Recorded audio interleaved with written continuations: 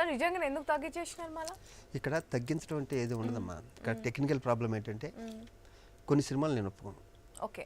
ఎందుకంటే నేను ఎవరికి ఫోన్ చేసి నాకు క్యారెక్టర్ కావాలని నా కెరీర్లో ఎప్పుడు అడగలే. స్టార్టింగ్ జంజాల్ గారి దగ్గరికి వెళ్ళాం కానీ నేను గర్వంగా చెప్పుకుంటాను, నేను నాకెందుకు నాకు సూట్ అవుతుంది అలా అడగటం అన్నది నేను అడగలేను. ఓకే. నా దగ్గరికి వచ్చిన క్యారెక్టర్లు చేస్తాను. నేను చెప్పాను కదా, కృష్ణవంశీ లాంటి వాళ్ళు క్యారెక్టర్ ఇస్తే వద్దని చెప్పి మూర్ఖుడు ఎవరు ఉంటాడా? ఉండడుగా, ఎవడు ఉండడుగా. ఆ ఒక్క సీను నేనేం చేస్తాను, ఏం నిలబెట్టుకుంటా అన్నాను. కానీ నా టాలెంట్, నా పవర్ ఏంటో కృష్ణవంశీ తెలుసు కాబట్టి నువ్వు చెయ్యి అని కోప్పడి. మీరు ఎందుకు వద్దన్నారు? ఒక సీనులో నేనేం చేస్తానని, ఒక సీను అంతమంది అక్కడ ఉన్నారు, ప్రకాష్ రాజు వాళ్ళందరూ ఉండగా నేను ఒక సీన్లో నేనేం నిలబెట్టుకుంటాను, నాకు అంత గొప్ప సీన్ ఏముంటుందంటే అంత గొప్ప సీన్ అని నన్ను పెట్టాడు. నిలబెట్టుకున్నాక నేను ఇది చెయ్యకపోతే ఇంతమంది కాలర్స్ ఆ ఒక్క సీన్ గురించి అడుగుతున్నారు, మిస్ అయ్యాను. అలా చిన్న మూర్ఖత్వం ఉంది. ఒక్కోసారి మనం చెప్పలేము ఏ క్యారెక్టర్ ఎందుకు క్లిక్ అవుతుందో అని. ఫర్ ఎగ్జాంపుల్ రామానాయుడు గారు శివాజీ చేయగలుగుడా, ప్రేయస్ రావి, అప్పటికి నేను 150 సినిమాలు చేస్తుంటాను. శివాజీ చేయగలుగుడా, ఇది సెంటిమెంట్ చంద్రబాబు గారు అయితే బాగుంటుంది, ఇదైతే బాగుంటుంది, కానీ చంద్రబాబు గారు కొంచెం పెద్ద అవుతారేమో, హీరోకి ఫ్రెండ్లా ఉండాలి మరి అని ఎప్పుడు చెప్పారు ఇది నాకు? అప్పటికే నేను పురుగుడు, అప్పటికే బోలెడు సినిమాలు చేశాను. ప్రెస్ మీట్లో చెప్పారు, నువ్వు పిల్లి అనుకున్నాను శివాజీ, నువ్వు పులిరా నువ్వు.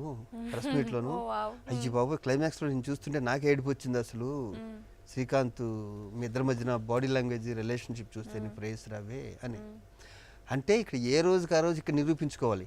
కొంచెం గ్యాప్ వస్తే మనం మర్చిపోతారు, దీంట్లో డౌటే లేదు అసలు. మనం ఈ ఫీల్డ్లో 25 ఇయర్స్ ఉన్నాం కదా, 50 ఏళ్ళ నుంచి ఉన్న వాళ్ళు కూడా ఉన్నారు. అంటే వాళ్ళు ఎంత కష్టపడి స్టిల్ ఇక్కడ రిలాక్స్ అయితే ఛాన్సే లేదు. నేను రిలాక్స్డ్ అండి. మళ్ళీ మీకు ఇట్లా ఇన్సెక్యూర్ అనిపించదా? నేను రిలాక్స్ అవుతుంటే మళ్ళీ నేను కనిపించాను, అందరినీ మర్చిపోతారని అట్లా అనిపించదు? నాకు అనిపించదంటే ఇదివరకు అనిపించేదేమో, నాకు ఇప్పుడైతే అనిపించలేదు. ఎందుకంటే నేను ఎప్పుడూ ఖాళీగా లేను. ఎప్పుడో ఓహో అని కెరీర్ స్టార్టింగ్లో రోజు 3 సినిమాలు 4 సినిమాలు చేస్తాం, కానీ లైఫ్ లాంగ్ అలాగే ఉంటున్నా. ఉండదుగా, కొత్త వాళ్ళు వస్తుంటారు, వాళ్ళకి ఛాన్సులు ఇవ్వాలి, వాళ్ళకి మనం వెళ్తుంటే. ఇప్పుడు నాకు విచిత్రంగా ఇప్పుడు ఇంతవరకు నాకు ఎప్పుడు ఏమొచ్చాయి క్యారెక్టర్స్ అని, హీరోగా చేసినా ఇంకోటి చేసినా వయసు దాకా వచ్చాయి.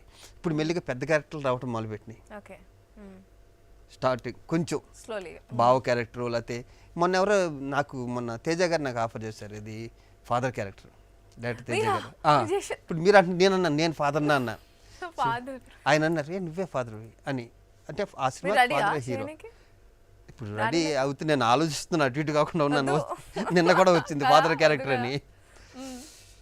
నాకు కొత్తగానే ఉంటుంది. అప్పుడు ఎప్పుడు కొత్తగా ఉంటుందో ఆర్టిస్ట్ అప్పుడు ఎంజాయ్ చేస్తుంటాడు న్యాచురల్గా. అంతేగా రెగ్యులర్గా నేను చేసే క్యారెక్టర్ నేను చేసే ఇయ్యే ఉంటే బోరు కొడుతుంది నాకు కూడా. ఎప్పుడు ఒక 20 సినిమాల తర్వాత ఒక ఖడ్గం, ఒక 20 సినిమాల తర్వాత ఒక సముద్రం, లేకపోతే ఒక ప్రేయస్ రావియో, ఒక కుర్రాలు ఏదో పడుతుంటే మాకేంటి అది బూస్ట్, చిన్న ఎనర్జీ. ఆ సినిమా అని చెప్పి ఇంకో 4 సినిమాలు బాగా చేయడానికి ఉంటుంది. రొటీన్గా చేసే పని ఏదో బ్యాంక్ జాబ్కి వెళ్ళినట్టు చేస్తే కష్టం, రొటీన్ అయిపోతుంది. నాకు మీరు మురారిలా చేస్తారు కదా, ఆ సీన్ మస్తు నచ్చుతుంది. అప్పుడు నేను అనుకుంటుండే, నాకు కూడా ఇట్లాంటి అన్నీ ఉంటే ఎంత బాగుంటుంది. బర్త్డే రోజు మీరు నొక్కేరా సో నైస్. సో మీరు అట్లనే ఉంటారా మామూలుగా? డబ్బులు ఉంటే అలాగే ఉంటాను. సో అది ఎట్లా ఖర్చు పెడతారో ఒక బ్రేక్ తీసుకొని మీరు చెప్పండి.